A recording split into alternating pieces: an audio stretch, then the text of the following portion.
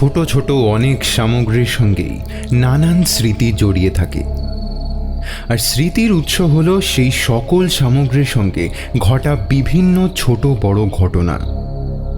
হোক না তা প্রাণহীন জড় পদার্থ, তবু তো সেই সকল জড় পদার্থই প্রয়োজনীয় দ্রব্য হয়ে ওঠে একটা প্রাণীর স্পর্শে। দীর্ঘদিনের সহাবস্থানের ফলে তাদের মধ্যেও তো সৃষ্টি হয় একটা অদৃশ্য সুতোর বন্ধন, আর সেই অদৃশ্য সুতোর কারণেই প্রাণ আর প্রাণহীনের মধ্যেও ঘটে চলে নানান ঘটনা। এই জন্যেই কি সামান্য একটা কলম কিংবা হঠাৎ খুঁজে পাওয়া ছোটবেলার কোনো খেলনা, অথবা একটা অচল হাতঘড়ি কিংবা অতি নগণ্য একটা বোতামের সাথেও জড়িয়ে থাকে কিছু স্মৃতি মোড়া ঘটনা, যা কালে কালে ইতিহাসের হলুদ পাতার আড়ালে চাপা পড়ে একের পর এক আমাদের চোখের প্রতিপলকে। আজ আমি যে গল্পটা বলতে বসেছি সেটাও নিতান্তই তুচ্ছ একটা বোতামকে ঘিরে। আমি নিজে আর অতি সাধারণ একটা কাঠের বোতাম। তবে এই কাঠের বোতামটা যতই তুচ্ছ হোক না কেন, এর সঙ্গে জড়িয়ে থাকা ঘটনাটা মোটেই কিন্তু সাধারণ নয়, রীতিমতো রোমাঞ্চকর সে কাহিনী। সে কথা মনে পড়লে আমার শরীরের প্রতিটা অস্থি আজও শিহরিত হয়ে ওঠে বারবার।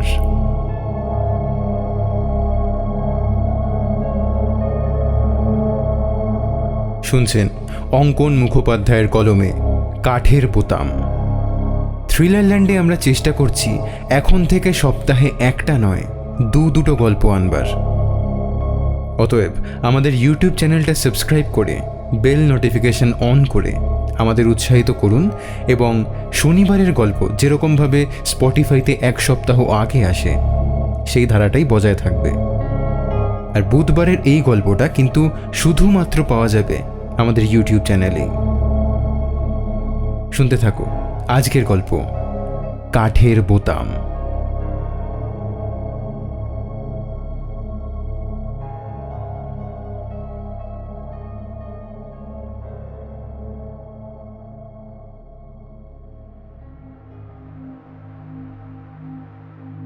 এই ঘটনাটা বেশ কিছুকাল আগের। আমাদের এই শহরের প্রসিদ্ধ একটা মিউজিয়ামে আমার তখন নিত্য যাতায়াত ছিল। ইতিহাসে আমার যে খুব আগ্রহ ছিল তা নয়, তবে বেশ কিছুটা সময় কেটে যেত মিউজিয়ামের ভিতরে ডাইনোসরের কঙ্কালের সামনে বা পুরনো মিশরীয় মমির সামনে দাঁড়িয়ে রোমাঞ্চকর স্বাদ নিতাম। আসলে আমি গ্রাম থেকে শহরে এসেছিলাম বলে তখনও তেমন বন্ধু বা বান্ধবী কোনোটাই সেভাবে গড়ে ওঠেনি।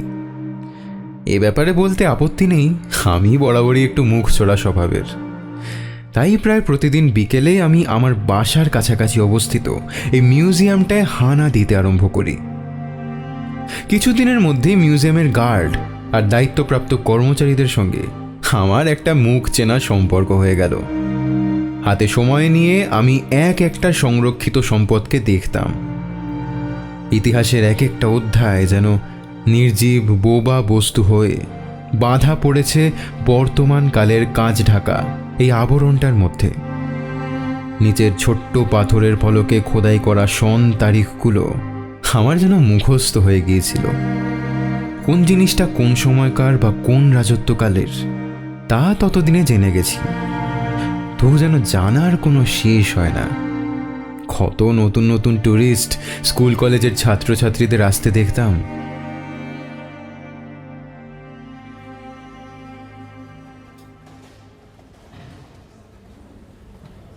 এমনই একদিনের কথা, মিউজিয়ামে ঘুরতে ঘুরতে এসে দাঁড়িয়েছি একটা সরু প্যাসেজের মধ্যে। ছোট ছোট হলুদ আলোগুলো অন্ধকারটাকে পুরো মুছে ফেলতে পারেনি, যার দরুন একটা আলো ছায়ার পরিবেশ সৃষ্টি হয়েছে। এদিকটায় আমার খুব একটা আশা হয়নি এর আগে। দেখলাম একাধারে কাচের গাড়োতে সাহেব আমলের কিছু পোশাক সাজানো রয়েছে। লাল ভেলভেটের জমকালো জামার সাথে সাদা প্যান্ট, তার সঙ্গে কয়েকটা সাহেবদের ব্যবহৃত সেকেলে গামবুট আর হ্যাটও রয়েছে। সমস্তটা সুন্দর করে সাজানো। ঠিক উল্টো দিকের দেওয়ালে একইভাবে কাঁচের গাড়োতে সাজানো রয়েছে আরও কিছু পোশাক, তবে এগুলো সাহেবি পোশাক নয়। ব্রিটিশ রাজত্বের সময়কার দেশীয় মানুষের পোশাক। নিচের ফলকে খোদাই করা রয়েছে সাজানো পোশাকগুলোর অল্প অল্প বিবরণ। কোনোটা তৎকালীন দেশীয় কৃষকের, কোনোটা গাড়োয়ানের, তো কোনোটা পালকি বাহকদের পোশাক। একটা হলুদ হয়ে যাওয়া ধুতি পাঞ্জাবিও রয়েছে দেখলাম। তসরের পাঞ্জাবির একটা হাতার বেশ কিছুটা জং পড়ার মতো বিন্দু বিন্দু হলুদ হয়ে গেছে। ঘুরে ঘুরে দেখছি আর এক পা করে এগিয়ে যাচ্ছি আরও ভিতরের দিকে। কয়েকটা স্বাধীনতা যুদ্ধের সংগ্রামীর পোশাকও দেখলাম এবার। এরা সেই সংগ্রামী যাদের ফাঁসি হয়েছিল ব্রিটিশদের হাতে। পোশাকের সঙ্গে কয়েকটা ফাঁসির মোটা দড়িও সাজানো রয়েছে। আমার এগুলো দেখতে দেখতে বুকের ভেতরটা কেমন যেন ভারী হয়ে উঠছে। কিছুক্ষণ দাঁড়িয়ে থেকে একটা দীর্ঘশ্বাস ফেললাম, তারপর ঘুরে দাঁড়াতে গিয়ে থমকে গেলাম। মনে হলো আমার ঠিক পিছনে কেউ যেন এতক্ষণ দাঁড়িয়েছিল। স্বাধীনতা যুদ্ধের সংগ্রামীদের পোশাকগুলোর সামনে এসে যখন দাঁড়িয়েছি, ঠিক তখনই কেউ নিঃশব্দে এসে দাঁড়িয়েছে আমার ঠিক পিছনে। আমি ঘুরতেই সে নেই, যেন এক নিমেষে উধাও হয়ে গেল কোথায়। কিন্তু এটা কি করে সম্ভব? এত সরু জায়গার মধ্যে দিয়ে কেউ চলে গেলে তাকে দেখতে পাবো না? এ কি হয় নাকি? দাঁড়িয়ে দাঁড়িয়ে ভাবলাম কিছুক্ষণ, নাকি মনের ভুল। তাই হবে ভেবে ফিরে যখন আসব, চোখটা গিয়ে পড়ল নিচের মেঝের দিকে। মেঝেটা লাল কার্পেট দিয়ে মোড়া, আর সেই লাল কার্পেটের উপর কি যেন একটা ছোট জিনিস পড়ে রয়েছে। ওটা কি ভাবতে ভাবতে শেষে তুলে নিলাম মেঝে থেকে। অবশ্য আশ্চর্য হওয়ার মতো কিছু নয়, একটা বোতাম। বাঁ হাতের তালুতে রেখে দেখেছি। গোল নয়, একটু লম্বাটে কাঠের তৈরি বোতাম। দেখে মনে হলো অনেক পুরনো। দিনে তো বহু লোক আসে মিউজিয়ামে ঘুরতে, তাদেরই কারোর জামা থেকে হয়তো খুলে পড়েছে। কিন্তু যখন এলাম তখন তো চোখে পড়েনি। তাহলে অবশ্য এত ছোট একটা জিনিস চোখে না পড়াটাই তো স্বাভাবিক। আবার মনে হলো কেউ কি তাহলে সত্যি এসেছিল তখন আমার পিছনে? তাহলে এটা কি তার? এবার একটু হাসলাম মনে মনে। একটা সাধারণ কাঠের বোতাম নিয়ে এত চিন্তা কেন? মিউজিয়ামে ঘুরতে ঘুরতে আমি বোধহয় কদিন একটু বেশি খুঁতখুঁতে হয়ে পড়েছি। জমা করে দিয়ে চলে যাব এই ভেবে ওই পোশাকের গারদ থেকে বেরিয়ে এলাম। কিন্তু কি আশ্চর্য, রিসেপশনে জমা দিতে গিয়েও কিছুতেই জমা করতে পারলাম না কাঠের বোতামটা। মনে মনে বললাম, আরে রেখে দিই, থাক না আমার কাছে। কি এমন মহামূল্যবান জিনিস, একটা সামান্য কাঠের বোতামই তো। জমা দিয়ে কাজ নেই, বরং থাক। অ্যাটেন্ডেন্সের খাতায় সাইন করে কাঠের বোতামটা বুক পকেটে পুড়িয়ে বেরিয়ে এলাম মিউজিয়াম থেকে।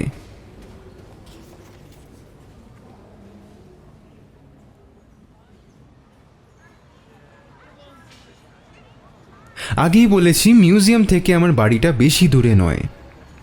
মিউজিয়ামের সামনের পার্কটায় গিয়ে কোণের দিকে একটা বেঞ্চে বসলাম প্রতিদিনের মতো। শেষ বিকেলের কিছুটা আলো এখনও রয়ে গেছে সন্ধ্যার অন্ধকারের হাত ধরে।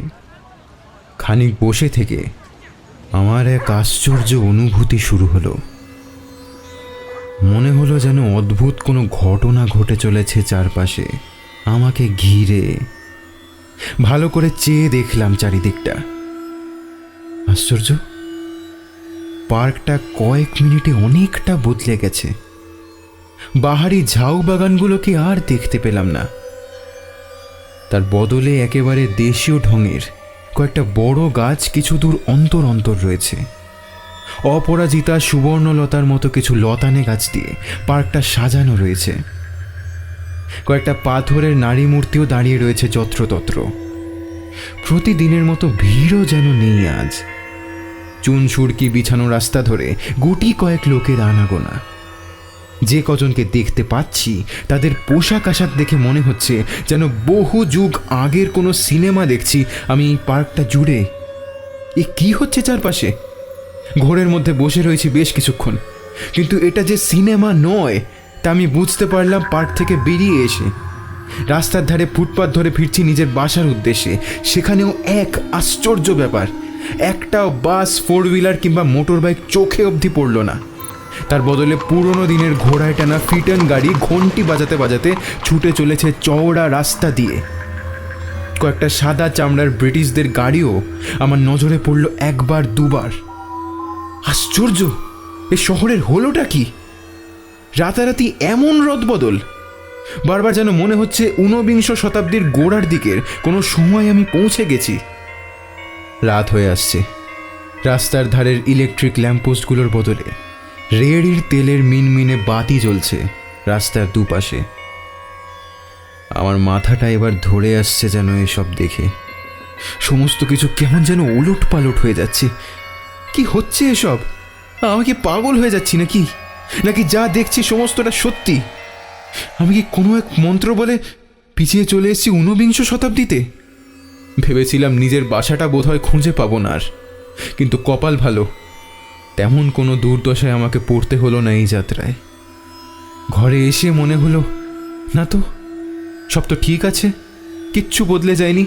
এই তো আমার এক কামরার ছোট ঘরখানা, ওই তো দেওয়ালের পাশে রাখা আমার বসা শোয়ার একমাত্র ছোট্ট তক্তাটা, ঠিক রয়েছে ওটা নিজের স্থানে। তক্তায় শুয়ে পড়লাম চিত হয়ে।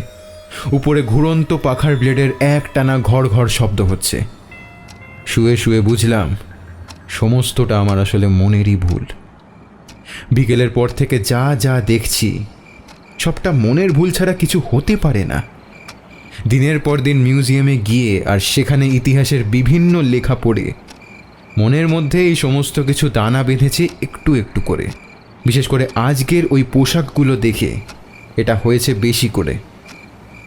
কল্পনারও একটা সীমা থাকে। হেসে উঠে পড়লাম। বুঝলাম মাথাটা এবার একটু ঠান্ডা করা দরকার। তারপর ফ্রেশ হতে চলে গেলাম ওয়াশরুমে। সেদিন রাতের কথা। অনেক রাতে একটা অদ্ভুত স্বপ্ন দেখলাম ঘুমের মধ্যে। স্বপ্ন, অথচ মনে হলো যেন সত্যি দেখলাম। ঘুমের মধ্যে শুনতে পেলাম কোথাও এক টানা একটা শব্দ হয়ে চলেছে মচ মচ করে। আমি চোখ চেয়ে উঠে বসলাম বিছানার উপর। সারাটা ঘর জুড়ে ধোঁয়া ধোঁয়া পরিবেশ কেউ সৃষ্টি করেছে।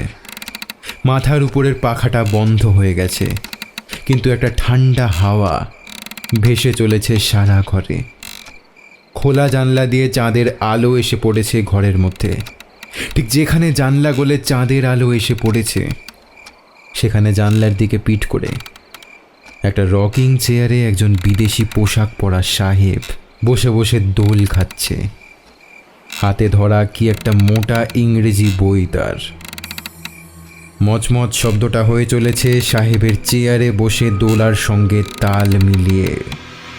হঠাৎ আমার চোখটা গিয়ে পড়ল জ্যোৎস্না ভেজা জানলাটার দিকে। কালো মতন একটা ছায়া এসে পড়ল সেখানে। দেখলাম ছায়ামূর্তিটা জানলা গলে সরীসৃপের মতো ঢুকে আসছে বাইরে থেকে ধীরে ধীরে। প্রথম একটা কালো রঙের পা, তারপর সারা শরীর হামাগুড়ি দিয়ে ঢুকে এলো ভেতরে। মুখটা ভালো করে বুঝতে না পারলেও মনে হলো একটা 19-20 বছরের ছেলে। স্পষ্ট দেখতে পাচ্ছি ছেলেটার হাতের মুঠোয় একটা রিভলভার শক্ত করে ধরা। সাহেবটা তখনও রকিং চেয়ারে দুলতে দুলতে বই পড়ে চলেছে এক মনে। একটু একটু করে ছেলেটা এগিয়ে যাচ্ছে সাহেবের দিকে। সাহেবের চেয়ারের এক টানা শব্দের সঙ্গে শুরু হয়েছে আর একটা শব্দ।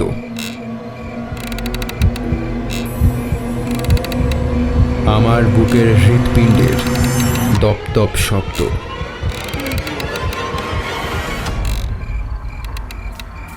এতটুকু ছেলের কি শত্রুতা ওই সাহেবের সঙ্গে? কেন সে মারতে চাইছে সাহেবকে? এরপর দেখলাম ছেলেটা গিয়ে দাঁড়ালো একেবারে সাহেবের সামনে। মুখোমুখি দাঁড়িয়ে সাহেবের দিকে তাক করে ধরলো হাতের রিভলভারটা।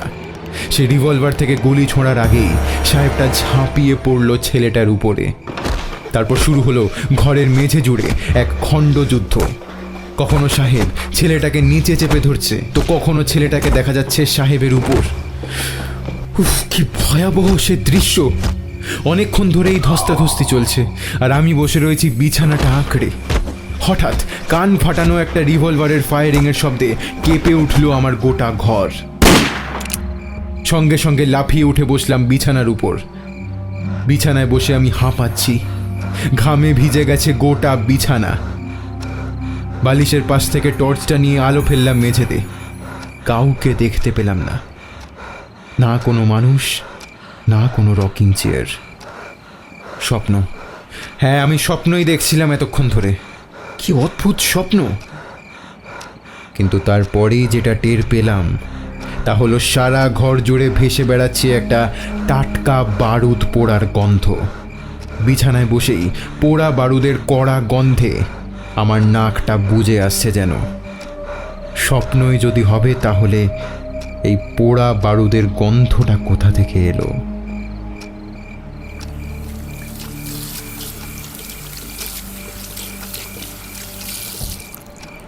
বাথরুম থেকে চোখে মুখে জল দিয়ে আমি ফিরে এলাম। ঘরে ঢুকতে প্রচণ্ড সংকোচ হচ্ছিল আমার, তবু ঘরে না ঢুকে উপায়টা কি? হাতের টর্চ লাইটটাই তখন আমার একমাত্র ভরসা, তাই ওটাকে আর হাতছাড়া করিনি। পোড়া বারুদের গন্ধটা পুরোপুরি তখনও মুছে যায়নি ঘর থেকে। আমার ঘরে একটাই মাত্র জানলা, সেটা বিশেষ খুলি না মশার উপদ্রবে। জানলাটা এবার খুলে দিলাম, পোড়া বারুদের গন্ধটা যাতে কেটে যায়। বিছানায় এসে বসতেই চোখ পড়ল মেঝের দিকে। মেঝের এক পাশে পড়ে রয়েছে একটা লম্বাটে ধরনের বোতাম। বোতামটা আমি চিনতে পারলাম। এই কাঠের বোতামটাই তো কুড়িয়ে পেয়ে নিয়ে এসছি আজ মিউজিয়াম থেকে। আমি তো ওটাকে বিছানার পাশে টেবিল আলমারিটার দেরাজের মধ্যে রেখে দিয়েছিলাম। কিছু বুঝে উঠতে না পেরে কাঠের বোতামটা তুলে আবার রেখে দিতে গেলাম দেরাজটার মধ্যে। কাঠের বোতামটা রেখে দেব বলে টেবিল আলমারিটার দেরাজটা টানতেই আমি হতবাক হয়ে গেলাম। মিউজিয়াম থেকে কুড়িয়ে আনা কাঠের বোতামটা নিজের স্থানে একই রকম আছে। দেরাজের ভেতর তার কোনো নড়চড় হয়নি। আশ্চর্য হয়ে দাঁড়িয়ে রইলাম। তাহলে এই দ্বিতীয় বোতামটা এলো কি করে? দুটো কাঠের বোতাম পাশাপাশি এনে টর্চের আলোয় ভালো করে দেখলাম, না কোনো পার্থক্য নেই। দুটো অবিকল এক, একটু লম্বাটে ধরনের আর কাঠের তৈরি পুরনো বোতাম। কোথা থেকে এলো এই দ্বিতীয় কাঠের বোতামটা? কিচ্ছু বুঝে উঠতে পারলাম না আমি। তার মানে তখন যেটা দেখলাম সেটা কি স্বপ্ন নয়? ওই সাহেব আর ছেলেটা সত্যিই এসেছিল আমার ঘরে। ওদের এই ধস্তাধস্তির সময় নিশ্চয়ই এই দ্বিতীয় কাঠের বোতামটা খুলে পড়েছিল কারোর একটা জামা থেকে। বাতাসে পোড়া বারুদের গন্ধ আর এই দ্বিতীয় কাঠের বোতামটার অস্তিত্ব সেই দিকেই কিন্তু ইঙ্গিত করছে। কিন্তু এই যে অবিশ্বাস্য, বন্ধ ঘরের মধ্যে কি করে আসবে ওরা? কিচ্ছু বুঝতে পারছিলাম না। কাঠের বোতাম দুটোকে দেরাজে রেখে আমি শুয়ে পড়লাম বিছানায়। রাত এখনো অনেক বাকি। সারা রাত জেগে বসে থাকা সম্ভব নয়। শুয়ে শুয়ে নানান চিন্তার মাঝে একটাই কথা ঘুরে ফিরে আসছিল, যদি কিছু ঘটে থাকেও সবটাই ওই কাঠের বোতামটার জন্য। আর যারা এসেছিল তারাও কাঠের বোতামের টানেই।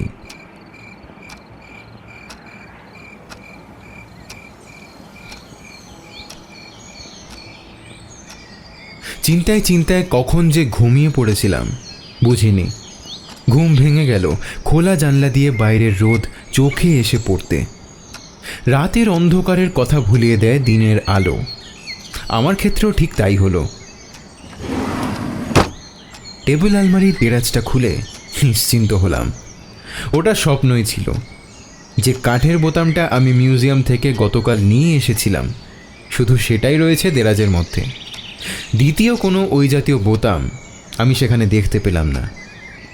কাল রাতের অন্ধকারে কি দেখতে কি যে দেখেছি কে জানে। একটু হাসি পেল নিজের কর্মকাণ্ডের কথা ভেবে।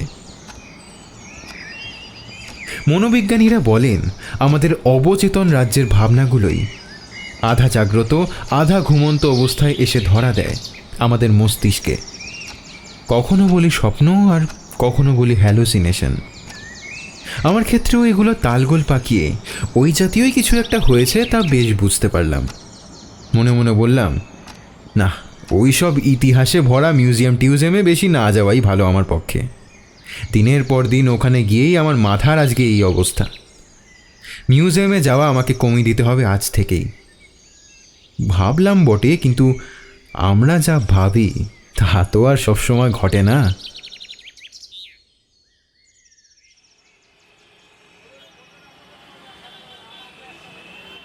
সারাদিন ভালোভাবেই কেটে গেল আমার। কোনো ওলটপালট কাণ্ড নেই, কোনো বদলে যাওয়া শহর না, রাজপথ না, কোনো ঘোড়ায় টানা ফিটান গাড়িও ছোটেনি রাস্তা দিয়ে। সমস্ত ঠিক আছে। একেবারে নিত্যদিনের ব্যস্ত শহর যাকে বলে। রাস্তায় জ্যাম, মানুষের ভিড়, রাস্তার ধারে দোকানপাট, বড় বড় বাড়ি, শপিং মল, সমস্ত ঠিক নিজের চেনা ছন্দে চলছে। এসব দেখে মনটা তরতাজা হয়ে গেল আমার। আশেপাশের চেনা পরিবেশটা হঠাৎ করে বদলে গেলে যে কী ভয়ঙ্কর ব্যাপার হয় তা আমি গতকাল হাড়ে হাড়ে টের পেয়েছি। ভেবেছিলাম যাব না, কিন্তু বিকেল হতেই আবার আমাকে টানতে লাগলো মিউজিয়াম।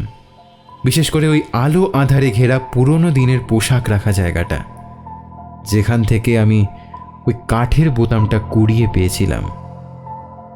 আমাকে যেন কেউ ডাকে ওখান থেকে। অদৃশ্য সেই ডাক উপেক্ষা করার ক্ষমতা আমার যেন নেই। যেন যেতেই হবে আমাকে। অমোঘ এক আকর্ষণ।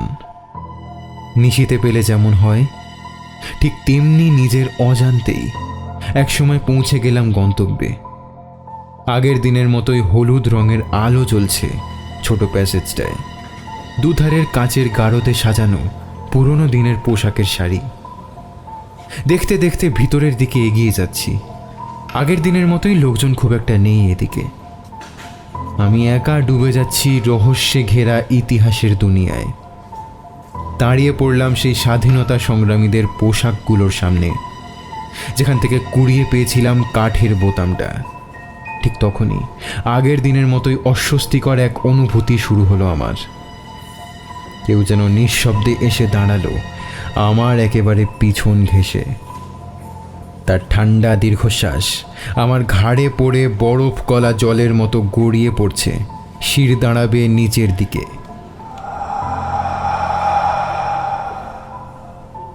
ঘুরে দাঁড়ালেও যে তাকে দেখতে পাবো না তা বেশ বুঝতে পারছি।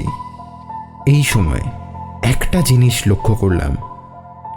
আমার সামনের দেওয়ালের কাচের গারদে থাকা স্বাধীনতা যুদ্ধের সংগ্রামীর যে পোশাকটা সাজানো রয়েছে, তার গলার কাছের দুটো বোতাম নেই। বাকি বোতামগুলো দেখে চিনতে পারলাম সে এক লম্বাটে ধরনের তৈরি পুরনো বোতাম। তার মানে আমার ধারণা একেবারেই ভুল। কোনো ট্যুরিস্টের নয়, আমার কুড়িয়ে পাওয়া কাঠের বোতামটা এই পোশাক থেকেই খুলে পড়েছে কোনোভাবে। আর একবার একটা ঠান্ডা নিঃশ্বাস এসে পড়ল ঘাড়ের ঠিক উপরে।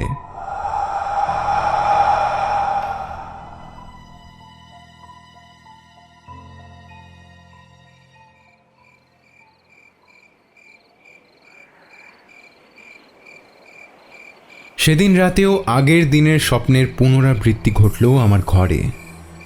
অনেক রাতে ঘুমের মধ্যে দেখলাম আগের রাতের মতো কেউ যেন বন্ধ জানলাটা খুলে দিয়েছে। সেখান দিয়ে চাঁদের নীল আলো এসে পড়েছে ঘরের মেঝেতে। ওই তো সাহেবটাও রকিং চেয়ারে বসে বসে গতকালের মতোই বই পড়ছে এক মনে। এরপর কালো ছায়া এসে পড়ল জানলায়, আর ঠিক কালকের মতোই ঘরে ঢুকে এলো ছেলেটার রিভলভার হাতে। তারপর আবার সেই রুদ্ধশ্বাস মুহূর্ত শুরু হলো। ছেলেটা আর সাহেবের মধ্যে সেই খণ্ডযুদ্ধ। কিছুক্ষণ পর ফায়ারিংয়ের শব্দে ঘুম ভেঙে উঠে বসলাম বিছানায়।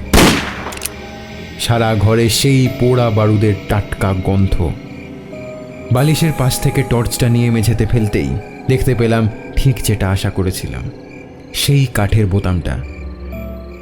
দেরাজ খুলে সেটাকে আবার রেখে দিলাম প্রথম বোতামটার সঙ্গে, কিন্তু আজ আর ঘুমালাম না। মন বলছে আরও কিছু যেন ঘটতে চলেছে, আরও কিছু যা বাকি আছে আমার দেখার জন্য। কাল রাতে যা না দেখি ঘুমিয়ে পড়েছিলাম তা আজ দেখতেই হবে। শুয়ে আছি অনেকক্ষণ জেগে, রাত যেন কাটে না। একসময় চোখটা বন্ধ হয়ে আসতে চাইল, সারা শরীর যেন মিশে যেতে চাইছে বিছানায় ধীরে ধীরে। শরীর জুড়ে ঘুমের আবেশ বাড়ছে একটু একটু করে।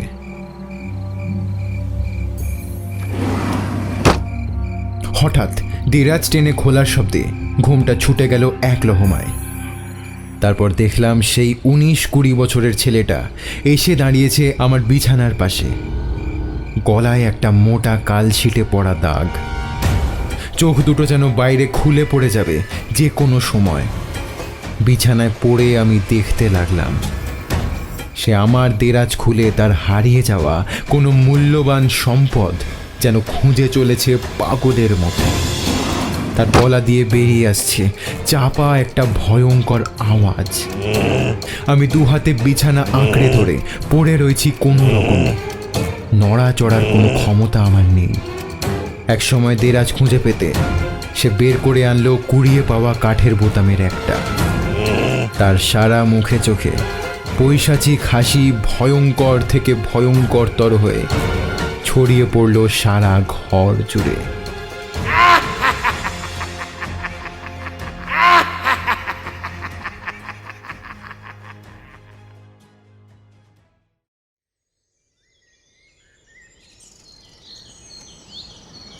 পরদিন অনেক বেলায় আমার হুঁশ ফিরল। তখনও সারা শরীর প্রচণ্ড দুর্বল, মাথার মধ্যে ভারী কিছুর বোঝা চাপানো রয়েছে বলে মনে হচ্ছিল। দেরাজটা খুলে দেখলাম তার মধ্যে একটাই কাঠের বোতাম। দ্বিতীয়টা যে আগের দিনের মতোই আর দেখতে পাবো না তা আমি আগেই বুঝে গেছি। গত রাতে যে ভয়ঙ্কর দৃশ্য আমি দেখেছি তা ঘুমের মধ্যে দেখা স্বপ্ন বা মনের ভুল যে নয় তাতে আমার আর কোনো সন্দেহই রইল না। কাঠের বোতামটা হাতে নিয়ে ভাবলাম এটাই যদি সবের মূল হয়ে থাকে তবে এক্ষুনি এটাকে বিদেয় করা ভালো। দিনের পর দিন এরকম চলতে থাকলে আমি যে বদ্ধ উন্মাদ হয়ে যাব তাতে কোনো সন্দেহ নেই। তাই যত তাড়াতাড়ি সম্ভব এই কাঠের বোতামটা দূর করা উচিত ভেবে গায়ে একটা জামা গলিয়ে তাড়াতাড়ি বেরিয়ে পড়লাম। পকেটে নিলাম কুড়িয়ে পাওয়া সেই কাঠের বোতামটা।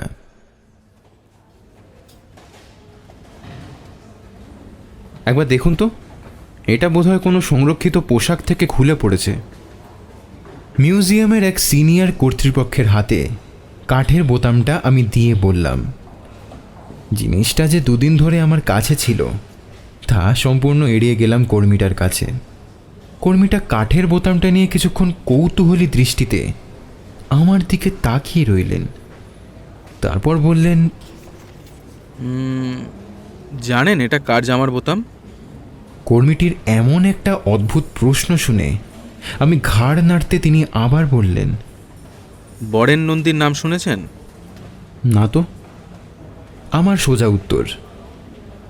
এরপর ওনার কাছ থেকে যা শুনলাম তাতে আমার বিস্ময় হতবাক হওয়া ছাড়া আর কোনো উপায় রইল না। দেশ তখন ব্রিটিশদের পদানত। দেশকে স্বাধীন করার উদ্দেশ্যে যখন হাজার হাজার ভারতীয় মায়ের ছেলেরা হাসি মুখে গিয়ে দাঁড়িয়ে পড়ছে ব্রিটিশদের বন্দুকের সামনে, যখন গুপ্ত সমিতি গুপ্ত বাহিনীর উত্থানে চারিদিকে অগ্নিগর্ভ অবস্থায় দেশ জুড়ে, এ কাহিনী তখনকার। সেই সময় চট্টগ্রামের নামকরা এক স্বাধীনতা সংগ্রামী ছিলেন বরেন নন্দী। বয়স কত হবে, এই ধরুন 19 কি 20। ওইটুকু বয়সে ব্রিটিশ পুলিশদের প্রায় নাজেহাল করে ছেড়েছিল সে। ব্রিটিশ আমলের ত্রাস ছিল বলতে পারেন একরকম। এমনও শুনেছি যে সে নাকি কোনো এক অত্যাচারী সাহেবের বাড়িতে রাতের বেলায় প্রহরীদের নজর এড়িয়ে ঢুকে সাহেবকে খুন করেছিল। বলেন কি? হুম। একটু চুপ করে থেকে আবার বললেন, শুধু একটা কাঠের বোতামের জন্য নাকি শেষমেশ ধরা পড়ে গিয়েছিল সে। কাঠের বোতাম? হ্যাঁ, সাহেবকে মারার আগে নাকি সাহেবের সঙ্গে প্রচণ্ড হাতাহাতি হয়। সেই সময় বরেন নন্দীর বুকের কাছের একটা বোতাম ছিঁড়ে যায় সাহেবের বজ্র মুষ্টির টানে। বরেন নন্দীর ছিঁড়ে যাওয়া বোতাম পাওয়া যায় সাহেবের ডান হাতের মুঠোর মধ্যে। ওই বোতামই চিনিয়ে দেয় সাহেবের খুনিকে। বিচারে ফাঁসি হয়েছিল বরেন নন্দীর। অবশ্য সেসব এখন গল্প কথা বলতে পারে। কর্মীটি আমার দিকে চেয়ে হাসলেন। গত কদিনে ঘটা আশ্চর্য ঘটনাগুলোর এবার যেন একটা যোগসূত্র আমি খুঁজে পাচ্ছি। তবে জানেন তো, একটা আশ্চর্য ব্যাপার, ওই বিপ্লবী বরেন নন্দীর সাহেবদের প্রতি একটা চরম রোষ এখনো রয়ে গেছে, মৃত্যুর এতকাল পরেও। কি রকম? কি যেন একটা ভেবে নিয়ে তিনি বললেন, দেখুন, সবাইকে তো সব কথা বলা যায় না। মিউজিয়ামের ভেতরের অনেক ঘটনাই আমরা বাইরে যেতে দিই না, তাতে অনেক অসুবিধায় পড়তে হয় আমাদের। আপনি বলেই বলছি কথাটা। যেখানে আপনি কাঠের বোতামটা কুড়িয়ে পেয়েছেন, সেখানে বেশ কয়েকবার কিছু অদ্ভুত ঘটনা ঘটেছে এর আগে। আর প্রত্যেকটাই ঘটনা ঘটেছে কোনো না কোনো ইংরেজ ট্যুরিস্টের সঙ্গে। যেমন ধরুন, কোনো একটা ইংরেজ ট্যুরিস্ট এখানে ঘুরতে এসেছে, ঘুরে ঘুরে দেখছে চারপাশ, অন্যদিকে আমরা নিজেদের কাজে ব্যস্ত। হঠাৎ ওই ইংরেজ ট্যুরিস্টের ভয়ানক চিৎকার শুনে দৌড়ে গেলাম। গিয়ে দেখি সেই ইংরেজ ট্যুরিস্ট অজ্ঞান হয়ে পড়ে আছে নিচে। তার সুস্থ হয়ে যাওয়ার পর জিজ্ঞেস করলাম, সে বলল একজন 19-20 বছরের ছেলে নাকি হঠাৎ কোথা থেকে এসে তার পেছনে দাঁড়িয়েছিল রিভলভার নিয়ে। ছেলেটা যেন গুলি করে হত্যা করতে চাইছিল তাকে। প্রথম আমরা ওরকম ছেলের খোঁজ চালাতাম, কিন্তু ও ধরনের কাউকে পেতাম না। তারপর বেশ কয়েকবার ঘটেছে এই ঘটনা। তখন ব্যাপারটা আমাদের কাছে ক্লিয়ার হয়ে যায়। তাই কোনো ইংরেজ ট্যুরিস্ট এলে আমরা ওই দিকটায় তাদের আর যেতে অ্যালাউ করি না। আপনি হয়তো লক্ষ্য করেছেন, সাধারণ ট্যুরিস্টরাও খুব একটা যায় না ওদিকে। কি করে বুঝতেন রিভলভার হাতে যে এসেছিল সে বিপ্লবী বরেন নন্দী?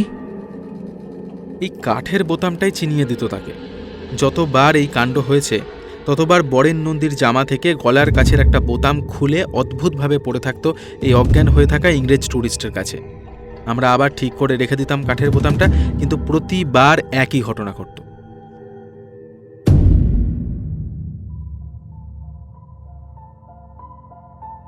তার মানে ওখানে আমি যে একজনের অস্তিত্ব অনুভব করেছিলাম, সে তবে বিপ্লবী বরেন নন্দী। আর যে ভয়ঙ্কর ঘটনার সাক্ষী আমি হয়েছি গত 2 দিন ধরে, আর মনে করতে ইচ্ছা করছে না ওই বিভৎস চেহারাটা যে মাঝরাতে আমার দেরাজ খুলে হন্যে হয়ে খুঁজে বেড়াতো তার সাহেব খুনের একমাত্র প্রমাণ ওই কাঠের বোতামটা। প্রচণ্ড ঘেমে উঠলাম রিসেপশনে পাখার হাওয়ায় বসেও। না, বিপ্লবী বরেন নন্দীর কাঠের বোতামটা ফেরত দিয়ে আসবার পর আর মিউজিয়ামের ভিতরে বা বাইরে কোনোদিনও কোনো ভয়ঙ্কর ঘটনার সম্মুখীন আমাকে হতে হয়নি। শুধু মিউজিয়ামে সংরক্ষিত করে সাজিয়ে রাখা ওই ফাঁসির দড়িগুলো দেখলেই আমার মনে পড়ে যায় আমার ঘরে দেখা বিপ্লবী বরেন নন্দীর সেই ভয়ঙ্কর চেহারাটা। গলায় মোটা ফাঁসির দড়ির কালো দাগটা গলাটাকে চিপে ধরেছে খুব জোরে। সাদা ভাঁটার মতো গোল গোল চোখ দুটো যেন বাইরে খুলে পড়ে যাবে যে কোনো সময়। আর আমার কানে ভেসে আসতো বহু যুগের ওপার থেকে বিপ্লবী বরেন নন্দীর গলা চাপা সেই গোঙানির করুণ আর্তনাদ।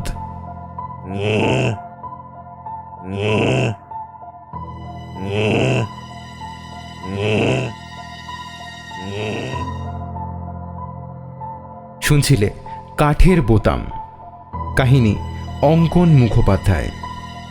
আজ গল্প পাঠে এবং কথকের চরিত্রে ছিলাম আমি অনুভব। মিউজিয়াম কর্মীর চরিত্রে ছিল রণদীপ। শব্দগ্রহণ, আবহ সৃষ্টি এবং নির্দেশনায় ছিলাম আমি অনুভব। Poster designing দিলার। তাহলে কেমন লাগলো আজকের গল্পটা এক্ষুনি জানাও কমেন্ট বক্সে। আর যদি ভালো লেগে থাকে তাহলে অবশ্যই একটা লাইক আর শেয়ার করতে ভুলো না কিন্তু। আর হ্যাঁ, শুরুতে যেমন বলেছি, চ্যানেলটা অবশ্যই সাবস্ক্রাইব করে রাখবে যাতে তোমরা আমাদের নতুন গল্পের নোটিফিকেশনটা ঠিক পেয়ে যাও। চলো আজকের মতো এই পর্যন্তই। দেখা হচ্ছে আগামী সপ্তাহে নতুন একটা গল্প নিয়ে। ততদিন সবাই ভালো থেকো, ভয় থেকো।